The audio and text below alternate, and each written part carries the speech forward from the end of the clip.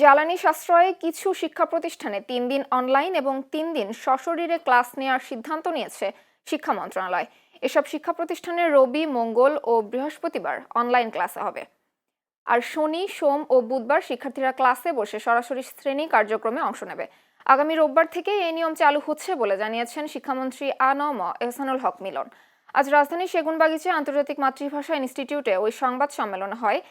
তবে কোন কোন শিক্ষা প্রতিষ্ঠানে এ পদ্ধতি চালু হবে সে বিষয়ে স্পষ্ট কোনো তালিকা প্রকাশ করা হয়নি। শিক্ষামন্ত্রী বলেন, এটি বাধ্যবাধকতামূলক নয়। যেসব প্রতিষ্ঠান অনলাইন ক্লাস পরিচালনায় সক্ষম এবং যেখানে শিক্ষার্থীদের যাতায়াতে যানজট সৃষ্টি হয়, বিশেষ করে রাজধানীর নামকরা ও অধিক শিক্ষার্থী সমৃদ্ধ স্কুলগুলোতে এ পদ্ধতি চালু হতে পারে। তিনি আরও জানান, এটি ধীরে ধীরে বাস্তবায়ন করা হবে এবং পরিস্থিতি বিবেচনায় ভবিষ্যতে দেশের অন্যান্য এলাকাতেও সম্প্রসারণ করা হতে পারে।